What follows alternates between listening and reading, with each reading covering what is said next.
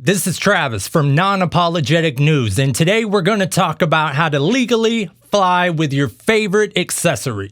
Non-Apologetic News! Before we begin, I'd like to say that here in Missouri, I am a federal firearms dealer licensed through the ATF. I'm also a licensed gunsmith. Anytime I tell someone I'm going on a trip and I'm going to be bringing a firearm with me, they kind of freak out. It's almost like they think I'm gonna strap a revolver on my hip, walk through TSA, and just see what happens. So what I'd like to do is go through the checklist of exactly what you need if you're going to be flying with firearms and the research you should do before that. First off, let's go over what you're gonna need.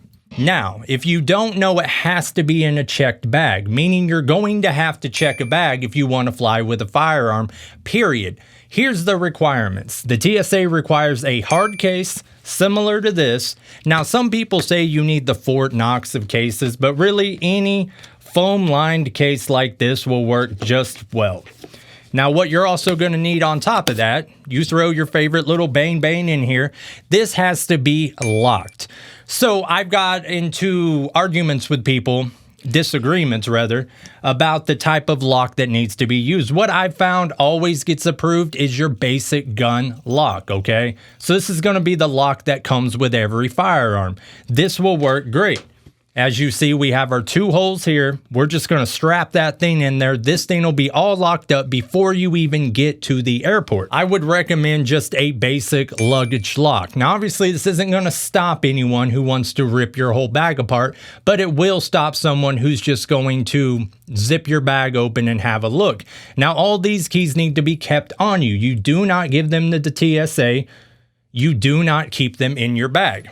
When you do pack this, one thing of note is that the ammo has to be separate. So what I always do is completely unload the clip and put the ammo underneath the foam. That way, if this does have to be open, there's no ammo that's seen. It's no issue at all. So as far as the research goes, you need to look into, just do a simple Google search of out-of-state citizen gun laws in insert state here. I'm going to Vegas, so I would Google out-of-state citizen gun laws Nevada. And for them, they're kind of backwards. So there you can legally be an out-of-state citizen and you can open carry your firearm, or you can have your firearm in your vehicle or your hotel, but you cannot concealed carry.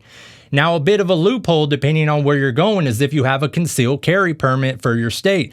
My state, Missouri, honors like 32 different states, but it is not Nevada. Nevada is not on that list. So there is a bit of a gray area. I cannot conceal carry in Nevada, but obviously when I land down, this is going to be concealed inside of my luggage. So I'm going to leave it that way till I get to the hotel, and then it'll stay in the hotel unless I leave and, happen to have the firearm on me. I wish it was the other way.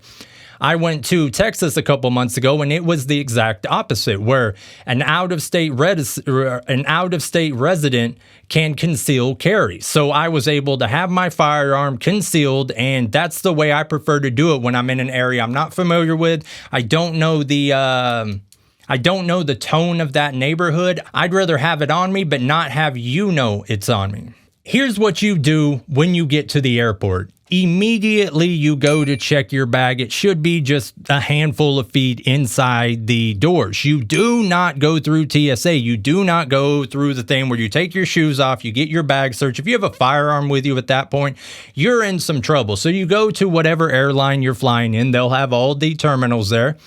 You tell them, hey, I have a firearm with me. I want to check it. It is in my bag. They might ask that you present this case. They are not supposed to ask you to open it. I have had people make me do that though. So I find it is always better to comply, but they're going to look, make sure your case cannot be easily pried open. Then what they're going to do is they're going to take your bag just like it was being regular checked. Now they will put a tag on your bag that says firearm included, flying with firearms, something to that extent. The most important thing is just knowing the gun laws of the state you're flying to. You should already know the gun laws of your state. In my state, I'm a federal firearms dealer. I'm also a licensed gunsmith, so I might know a little more than the average bear, but it's not anything that can't be easily Google searched. So just to summarize, You put your favorite bang bang inside of here, ammo separate. You lock it. I prefer the gun lock.